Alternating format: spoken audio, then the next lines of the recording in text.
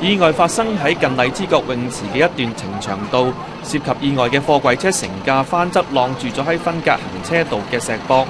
貨櫃車車頭位置嚴重損毀，司機一度被困，要由消防員救出。佢救出嘅時候已經昏迷。由於貨櫃車嘅衝力太猛，翻側之後仍然向前衝，掃毀多條燈柱，其中一條燈柱擊中對面行車線一架向九龍方向行駛嘅輕型貨車。當時貨車內有1名司機同埋乘客，司機手腳受傷，而乘客傷勢較重，救出嘅時候已經昏迷。3名傷者嘅年齡介乎58至64歲。警方話，意外嘅時候，貨櫃車裝有15噸重嘅布匹，行經意外嘅現場嘅時候突然失控。唔見有太痕。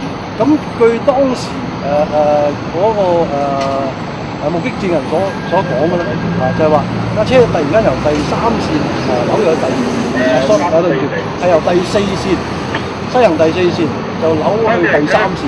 期間呢架車開始反側，咁我哋相信咧個司機咧就嘗試扶翻，咁啊扭翻入去第4線，咁但係咧已經救唔翻啦架車，所以一反落去嗰剎那咧就打斷咗第一條燈柱。